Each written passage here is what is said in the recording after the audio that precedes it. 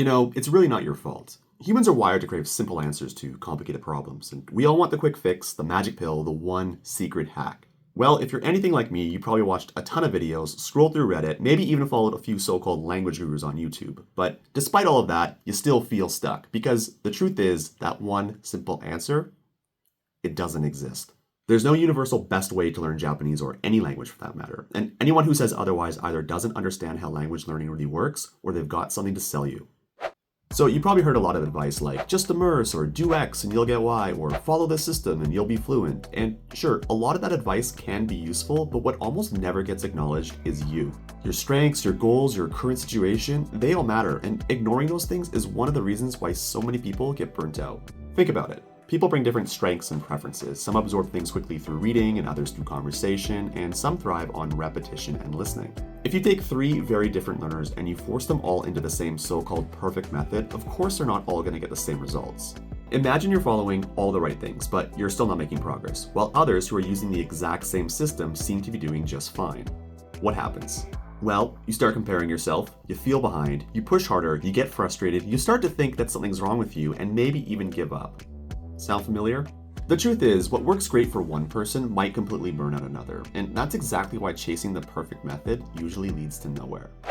So if there isn't one magic method, then what should you do? Well, this is where I get frustrated with YouTube and some of the language learning advice out there. I mean, some people are extremely dedicated and skilled learners, for sure, but that doesn't automatically make them great teachers or mean that their advice is always correct. What you see online is often just a highlight reel. It's cherry-picked. They show you what worked for them, but not necessarily what's backed by research or what's realistic and sustainable for you. The biggest trap is thinking, oh, if I copy them exactly, then I'll get the results. If only it were that simple.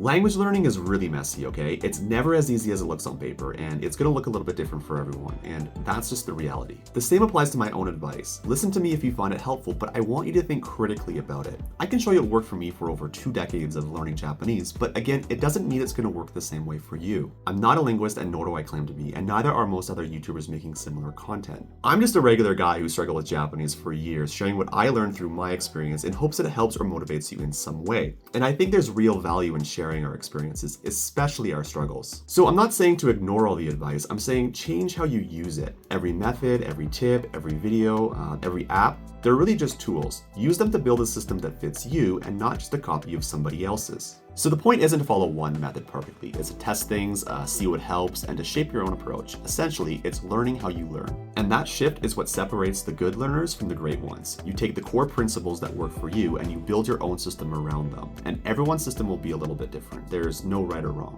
So how do you find out what works best? Well, you experiment, strategically.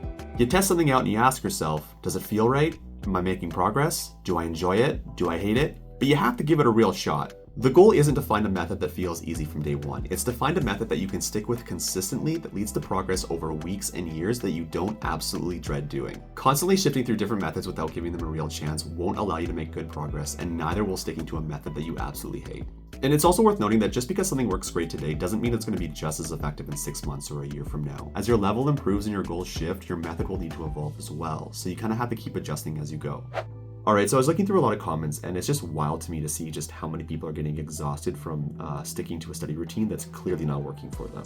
So much to the point that it's affecting their mental health, and that should never happen. I think it's really important to pay attention to yourself. Like, really pay attention to your motivation, your energy levels, and your joy, because those are your most critical resources, and if you deplete them, you're not going to learn effectively. In my opinion, learning a language is supposed to add to your life, not take away from it. Some days will be tough, for sure, but the overall journey should be meaningful and even a little bit of fun. If you're constantly miserable and on the verge of burning out, it's probably time to change things up. Your health is so much more important than that perfect Anki streak, so please, be easy on yourself. Okay, so here's what I'm going to leave you with. Courses, teachers, language apps, online advice, they can all help for sure, but they can only take you so far. Eventually, there's going to be a turning point. Language learning is a long journey. It's a massive undertaking, and nobody but you can carry you all the way to fluency. If you never learn to work through the frustration and to sit with that I'm stuck feeling and figure it out, you're never going to build the resilience that you need.